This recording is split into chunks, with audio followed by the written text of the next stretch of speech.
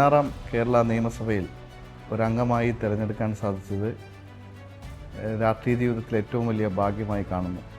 ഏറ്റവും സാധാരണക്കാർ താമസിക്കുന്ന വാമനപുരം പോലൊരു നിയോജക മണ്ഡലത്തിൽ ആ നാട്ടിലെ ജനങ്ങളുടെ പ്രതീക്ഷയ്ക്കൊത്ത് അവരുടെ ഉത്തരവാദിത്തങ്ങൾ നിറവേറ്റുന്നതിൽ തീർച്ചയായും ഒരു ജനപ്രതിനിധി എന്നതിലുള്ള എൻ്റെ പരിപൂർണമായ ഉത്തരവാദിത്തം നിറവേറ്റും എന്ന് പറയുവാൻ ഞാൻ ആഗ്രഹിക്കുന്നു.